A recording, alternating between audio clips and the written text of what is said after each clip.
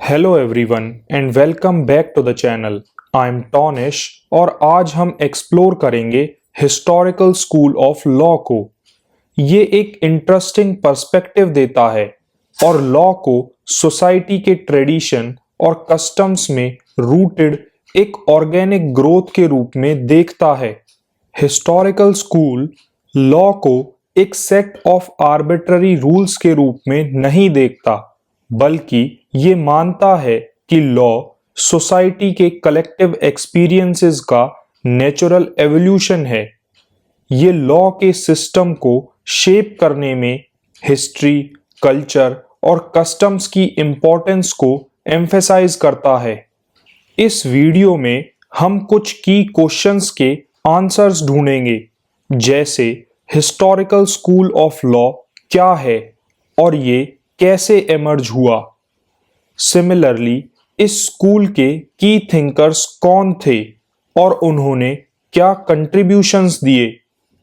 इस स्कूल के principles modern legal system पर कैसे अप्लाई होते हैं और इसकी लिमिटेशंस क्या हैं और ये आज की रेलेवेंस को कैसे इम्पैक्ट करता है।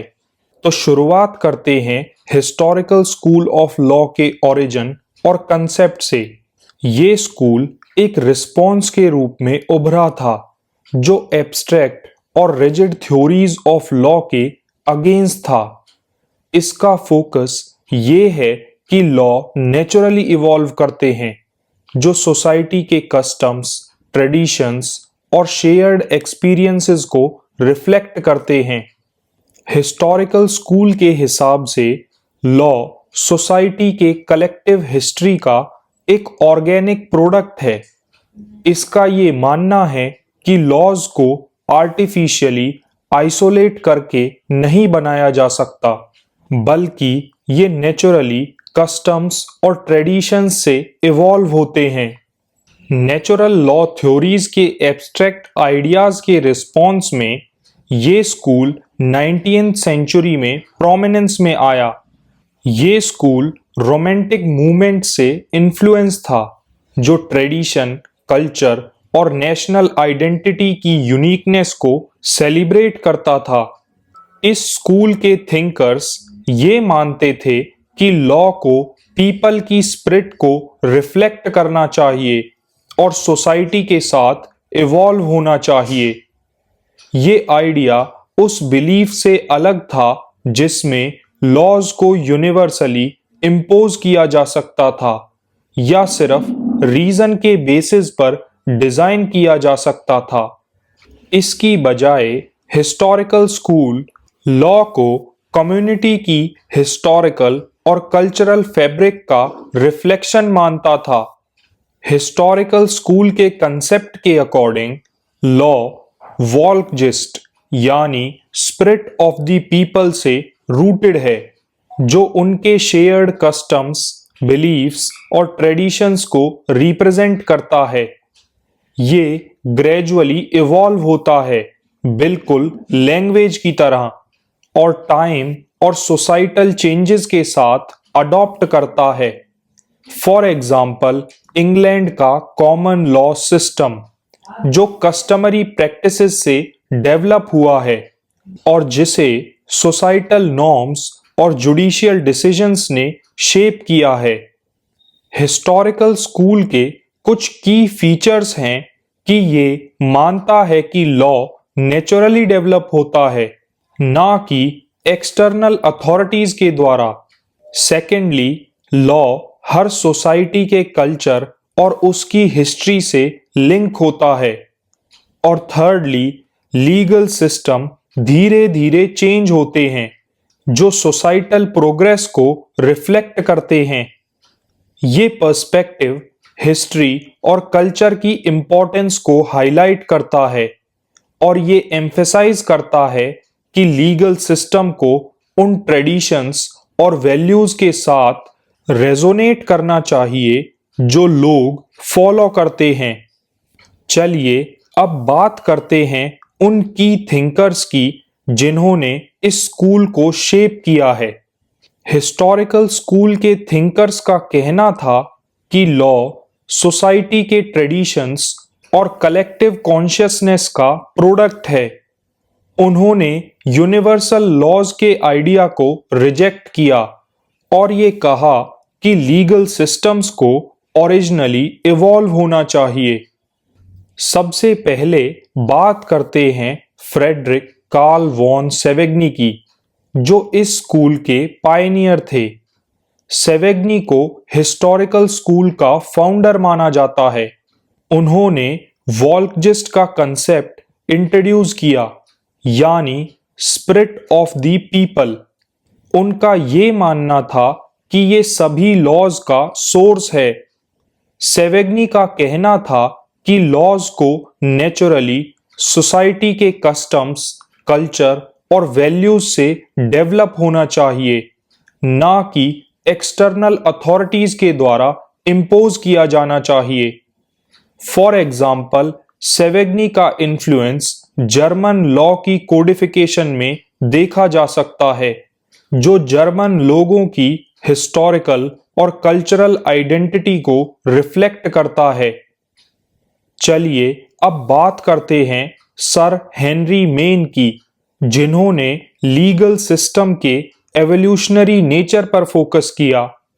मेन का groundbreaking work legal system के एवोल्यूशनरी डेवलपमेंट को एम्फेसाइज करता है। उन्होंने ये थ्योरी प्रपोज की कि सोसाइटीज स्टेटस से कॉन्ट्रैक्ट तक प्रोग्रेस करती हैं, मतलब कि जो rigid social structure hereditary status पर बेस्ड होता है, वो इवॉल्व होता है इंडिविजुअल एग्रीमेंट्स और फ्रीडम्स के सिस्टम्स में। फॉर एग्जाम्पल, मेन की बुक एंशियंट लॉ ने एंशियंट कस्टमरी लॉज से मॉडर्न कॉन्ट्रेक्चुअल सिस्टम्स तक एक ट्रांजिशन को हाईलाइट किया। चलिए अब बात करते हैं एक और की फिगर की, एडमंड ब्रूक, जिन्होंने लीगल और पॉलिटिकल सिस्टम्स में ट्रेडिशंस की इंपॉर्टेंस को हाईलाइट किया। ब्रूक का कहना था कि लॉ को पास्ट जनरेशंस के ट्रेडिशंस और विजडम में रूटेड होना चाहिए। उन्होंने एब्रप्ट लीगल या पॉलिटिकल रिफॉर्म्स के खिलाफ आर्ग्यू किया और ग्रेजुअल चेंज को एडवोकेट किया, जो सोसाइटल कंटिन्यूटी को रिस्पेक्ट करता हो। फॉर एग्जाम्पल, गवर्नेंस में ब्रूक की फिलॉसफी ने कंजर्वेटिव अप्रोच को इन्फ्लुएंस किया, जहां लॉज ग्रेजुअली इवॉल्व करते हैं ताकि स्टेबिलिटी को प्रिजर्व किया जा सके। इन सभी की थिंकर्स में कॉमन ये था कि इन सभी का मानना था कि लॉ सोसाइटी के कस्टम्स और ट्रेडिशन से नेचुरली इवॉल्व होता है और लॉ में सडन चेंजेस सोशल ऑर्डर को डिसरप्ट करते हैं, यानी लीगल सिस्टम्स को लोगों की हिस्टोरिकल और कल्चरल आइडेंटिटी के साथ अलाइन होना चाहिए। इन थिंकर्स ने हिस्टोरिकल स्कूल की फाउंडेशन रखी, जिसमें इन्होंने एम्फेसाइज किया कि लॉ डीपली सोसाइटी की हिस्ट्री और कल्चर से जुड़ा होता है। उनकी कॉन्ट्रीब्यूशंस आज भी इस बात को इन्फ्लुएंस करती हैं कि हम लीगल सिस्टम की डेवलपमेंट को कैसे देखते हैं। चलिए अब बात करते हैं हिस्टोरिकल स्कूल ऑफ लॉ के कोर प्रिंसिपल्स की। हिस्टोरिकल स्कूल ऑफ लॉ उन फाउंडेशनल प्रिंसिपल्स पर बेस्ड है जो लीगल सिस्टम के ऑर्गेनिक और इवोल्यूशनरी नेचर को एम्फेसाइज करते हैं। हिस्टोरिकल स्कूल के अकॉर्डिंग लॉ को सोसाइटी के कस्टम्स और ट्रेडिशंस का नेचुरल एक्सटेंशन माना जाता है। ये हिस्ट्री, कल्चर और ग्रेजुअल डेवलपमेंट की इम्पोर्टेंस को हाईलाइट करता है, जो लीगल सिस्टम्स को शेप करते हैं। सबसे पहला कोर प्रिंसिपल है law as an organic growth, यानी लॉ को किसी एक्सटर्नल अथॉरिटी ने इम्पोज नहीं किया, बल्कि ये नेचुरली सोसाइटल प्रैक्टिसेस और कलेक्टिव एक्सपीरियंस से इवॉल्व हुआ है। For example common law system, जो सेंचुरीज तक जुडिशियल डिसीजंस के थ्रू डेवलप हुआ और कस्टमरी प्रैक्टिसेस पर बेस्ड है। सेकंड है कल्चरल एंड हिस्टोरिकल कंटेक्स्ट, यानी लीगल सिस्टम्स को अपनी सोसाइटी के कल्चर और हिस्टोरिकल आइडेंटिटी के साथ अलाइन होना चाहिए। फॉर एग्जाम्पल इंडिया के पर्सनल लॉज जैसे हिंदू और मुस्लिम पर्सनल लॉ पुराने ट्रेडिशंस और रिलीजियस प्रैक्टिसेस पर बेस्ड हैं। ये प्रिंसिपल्स इंश्योर करते हैं कि लॉज कम्युनिटी की वैल्यूज और बिलीफ्स के साथ रेजोनेट करें ताकि एक्सेप्टेंस और स्टेबिलिटी बनी रहे। थर्ड है कंटिन्यूटी और ग्रेजुअल इवोल्यूशन, यानी लीगल सिस्टम्स धीरे धीरे इवॉल्व होते हैं ताकि स्टेबिलिटी रहे और एब्रप्ट चेंजेस ना हो जो सोसाइटल हार्मनी को डिसरप्ट कर सकते हैं। फॉर एग्जाम्पल रोमन लॉ की कोडिफिकेशन जो सेंचुरीज तक चली और सोसाइटी की नीड्स के साथ ग्रेजुअली अडेप्ट होती रही।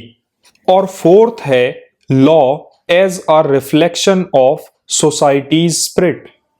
फ्रेडरिक कार्ल वॉन सेवेग्नी का कंसेप्ट वॉल्गजिस्ट ये कहता है कि लॉ लोगों की कलेक्टिव कॉन्शियसनेस और स्पिरिट को रिप्रेजेंट करता है। For example German legal traditions जो उनके लोगों की कल्चरल आइडेंटिटी से शेप हुए हैं। ये सभी प्रिंसिपल्स लॉ, हिस्ट्री और कल्चर के इंटरकनेक्टेडनेस को हाईलाइट करते हैं। अगर हम पास्ट को समझते हैं तो हम लीगल सिस्टम के एवोल्यूशन को और उसकी रेलेवेंस को और भी बेहतर तरीके से समझ सकते हैं। चलिए अब बात करते हैं इन प्रिंसिपल्स से जुड़े रियल वर्ल्ड एग्जाम्पल्स और एप्लीकेशंस की। हिस्टोरिकल स्कूल के प्रिंसिपल्स सिर्फ थ्योरेटिकल नहीं हैं, बल्कि रियल वर्ल्ड में इनकी प्रैक्टिकल एप्लीकेशंस भी हैं जो लीगल सिस्टम को शेप करने और दुनिया भर के लॉज को इन्फ्लुएंस करने में मदद करती हैं। हिस्टोरिकल स्कूल ये एम्फेसाइज करता है कि लॉज नेचुरली कस्टम्स और ट्रेडिशंस से इवॉल्व होते हैं जो सोसाइटी की स्पिरिट और वैल्यूज को रिफ्लेक्ट करते हैं। ये आइडिया दुनिया के कई लीगल सिस्टम्स और प्रैक्टिसेस में दिखाई देता है। सबसे पहला है common law system.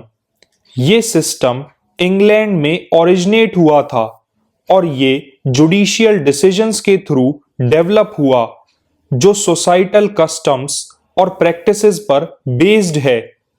For example स्टेरे decisis का प्रिंसिपल जो कहता है लेट द डिसीजन स्टैंड।